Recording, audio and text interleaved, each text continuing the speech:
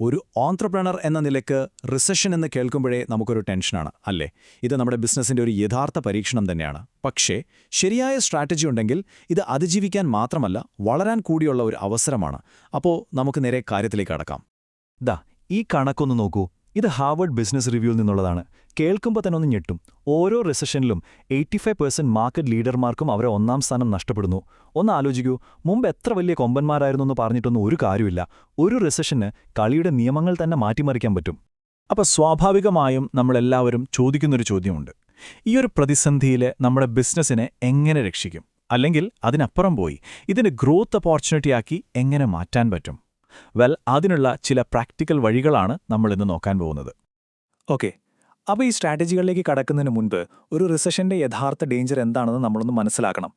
കാരണം പലരും വിചാരിക്കുന്നതിലും വലുതാണ് ഇതിന്റെ ഒരു റിസ്ക്. 100 കമ്പനികളെ എടുത്താൽ റിസഷൻ വരുമ്പോൾ എന്താണ് സംഭവിക്കുന്നതെന്നറിയാമോ? HBRന്റെ ഡേറ്റ പ്രകാരം അതിൽ 17 എണ്ണം ഒന്നുകിൽ പൂട്ടിപ്പോകും, അല്ലെങ്കിൽ വേറെ ആരെങ്കിലും വന്ന് ഏറ്റെടുക്കും. പിന്നെ ബാക്കിയുള്ളവരിൽ ഒരു 80% കമ്പനികളും അവർക്ക് വർഷങ്ങളെടുക്കും അവരുടെ പഴയ സെയിൽസും പ്രോഫിറ്റുമൊക്കെ തിരിച്ചു പിടിക്കാൻ. അവർ അവിടെ തന്നെ നിന്നുപോകും. പിന്നെ വെറും 9%. ഈ 9% കമ്പനികൾ മാത്രമാണ് റിസഷൻ കഴിഞ്ഞ് കൂടുതൽ ശക്തരായിട്ട് പുറത്തുവരുന്നത്. അപ്പോൾ ഇതിൽ നിന്ന് നമ്മൾ മനസ്സിലാക്കേണ്ട ഏറ്റവും ഇമ്പോർട്ടൻ്റായ കാര്യം എന്താണെന്ന് വെച്ചാൽ, മിക്ക ബിസിനസ്സുകളും തകരുന്നത് റിസഷൻ എന്ന ആ ഒരു കാരണം കൊണ്ട് മാത്രമല്ല, അവർ ആ സമയത്തെടുക്കുന്ന തെറ്റായ സ്ട്രാറ്റജികൾ കൊണ്ടാണ്. സോ പ്രശ്നം ഇക്കോണമിയുടെ മാത്രമല്ല, നമ്മുടെ അപ്രോച്ചിൻ്റെയും കൂടിയാണ്. ഒരു റിസഷൻ വരുമ്പോൾ മിക്ക ബിസിനസ് ലീഡർമാരും സാധാരണയായി 2 തെറ്റായ വഴികളാണ് തിരഞ്ഞെടുക്കുന്നത്. നമുക്കിതിനെ 2 വലിയ കെണികൾ എന്ന് തന്നെ വിളിക്കാം. ഏതൊക്കെയാണവ എന്ന് നോക്കാം. ഒന്നാമത്തെ ട്രാപ്പിനെ നമുക്ക് പ്രിവെൻഷൻ ഫോക്കസ് എന്ന് പറയാം. അതായത് അമിതമായ പ്രതിരോധം. ഇവരെന്തു ചെയ്യും? കിട്ടുന്ന ചെലവുകളൊക്കെ വെട്ടിക്കുറയ്ക്കും, മാർക്കറ്റിംഗ് ബഡ്ജറ്റ് 0 പുതിയ ഇൻവെസ്റ്റ്മെൻറ്റുകളൊന്നും വേണ്ടെന്ന് വയ്ക്കും, ചിലപ്പോൾ ടീമിനെ വരെ ചെറുതാക്കും. ഇനി രണ്ടാമത്തെ ട്രാപ്പ്, അതിനെ പ്രൊമോഷൻ ഫോക്കസ് എന്ന് വിളിക്കാം. ഇവർ നേരെ ഓപ്പോസിറ്റാണ്. ചെലവൊന്നും നോക്കാതെ ഭയങ്കര അഗ്രസീവായി ഇൻവെസ്റ്റ് ചെയ്യും. എങ്ങനെയെങ്കിലും മാർക്കറ്റ് ഷെയർ പിടിക്കണം എന്നായിരിക്കും ചിന്ത. കണ്ടില്ലേ, രണ്ടും 2 എക്സ്ട്രീമാണ്. അപ്പോൾ ഇതിൻ്റെയൊക്കെ ഒരു ഔട്ട്കം എന്തായിരിക്കും? ഈ ഡേറ്റ നോക്കിയാൽ മതി. ഈ 2 വഴികളും, അതായത് ഓവർ ഡിഫെൻസീവ് ആവുന്നതും ഓവർ അഗ്രസീവ് ആവുന്നതും, രണ്ടിലും വിജയിക്കാനുള്ള സാധ്യത വളരെ കുറവാണ്.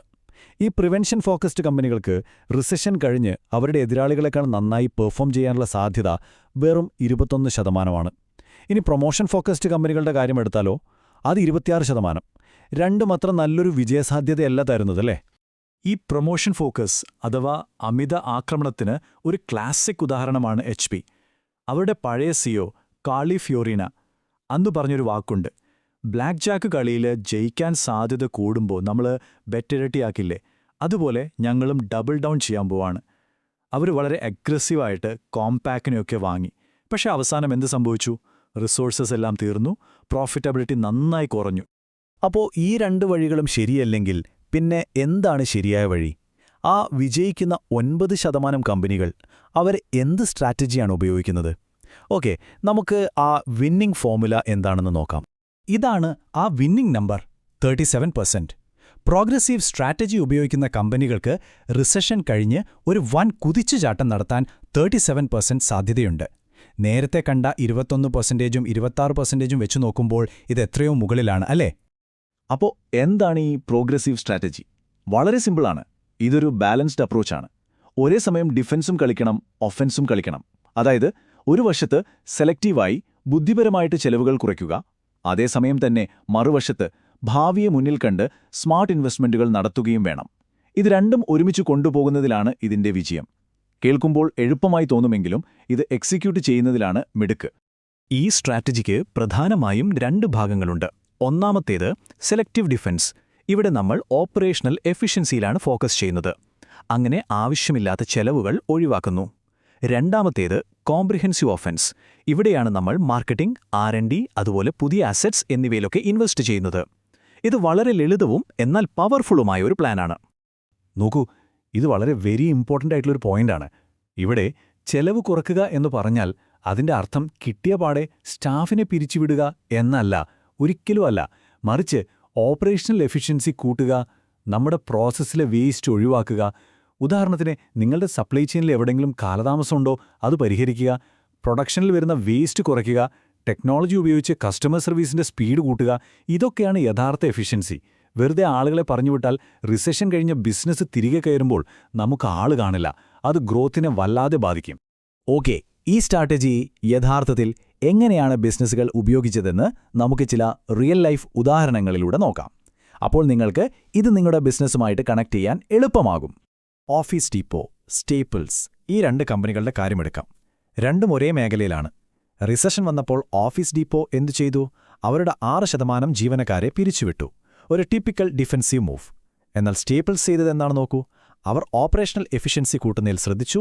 അതോടൊപ്പം ഹൈ എൻഡ് സർവീസസ് കൊടുക്കാൻ വേണ്ടി 10% പുതിയ ജീവനക്കാരെ എടുക്കുകയാണ് ചെയ്തത്. ഫലമെന്തായി? റിസഷൻ കഴിഞ്ഞപ്പോൾ സ്റ്റേപ്പിൾസ് ഓഫീസ് ഡീപ്പോനേക്കാൾ 30% കൂടുതൽ പ്രോഫിറ്റബിളായി മാറി. കണ്ടില്ലേ ഒരൊറ്റ സ്ട്രാറ്റജിയിലുള്ള വ്യത്യാസം എവിടെ കൊണ്ടെത്തിച്ചെന്ന്? ഇനി മറ്റൊരു ഗംഭീര ഉദാഹരണമാണ് ടാർഗറ്റ്. 2000-ലെ റിസഷന്റെ സമയത്ത് അവർ ചെയ്ത കാര്യങ്ങൾ നോക്കൂ. ഒന്നാമതായി, മാർക്കറ്റിംഗ് സ്പെൻഡ് 20% കൂട്ടി. അതൊരു അഗ്രസീവ് ഓഫൻസീവ് മൂവാണ്. ആമസോണുമായിട്ട് പാർട്ണർ ചെയ്തു. എന്നാൽ അതേസമയം തന്നെ അവരെന്തു ചെയ്തു? സപ്ലൈ ചെയിൻ്റെ എഫിഷ്യൻസി കൂട്ടി ചിലവുകൾ കുറച്ചു. അതൊരു സ്മാർട്ട് ഡിഫൻസീവ് മൂവ്. ഒരേ സമയം പ്രതിരോധവും ആക്രമണവും. ഇതിന്റെ ഫലമായി അവരുടെ സെയിൽസ് 40% വളർന്നത്. ഇതൊരു ബ്രില്യന്റ് എക്സിക്യൂഷനാണ്. ഓക്കെ, അപ്പോൾ ഈ പഠിച്ച കാര്യങ്ങളെല്ലാം വെച്ച് നിങ്ങളുടെ ബിസിനസ്സിന് വേണ്ടി എന്ത് ചെയ്യാൻ പറ്റും? ഇനിയുള്ളതാണ് നിങ്ങളുടെ ആക്ഷൻ പ്ലാൻ. നിങ്ങളുടെ റിസഷൻ പ്ലേബുക്ക് ഇതാണ്. ഒന്നാമത്തെ പോയിന്റ്, ആളുകളെ കുറയ്ക്കുന്നതിന് പകരം പ്രോസസ്സിലെ വേസ്റ്റ് ഒഴിവാക്കുക. 2, നിങ്ങളുടെ ഓപ്പറേഷണൽ പ്രോസസ്സ് എപ്പോഴും മെച്ചപ്പെടുത്തിക്കൊണ്ടേയിരിക്കുക.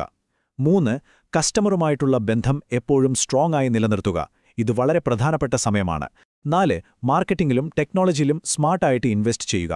വെറുതെ പണം കളയരുത്. 5, മാർക്കറ്റ് ഡൗൺ ആയിരിക്കുമ്പോൾ അസറ്റ്സ് വാങ്ങാൻ നല്ല അവസരങ്ങൾ കിട്ടിയേക്കാം, അത് ശ്രദ്ധിക്കുക. അപ്പോൾ ഒടുവിലത്തെ ചോദ്യം ഇതാണ്. ഒരു റിസഷൻ നിങ്ങൾക്കൊരു ഭീഷണിയാണോ അതോ ഒരു അവസരമാണോ? ഒന്ന് ആലോചിച്ചു നോക്കൂ.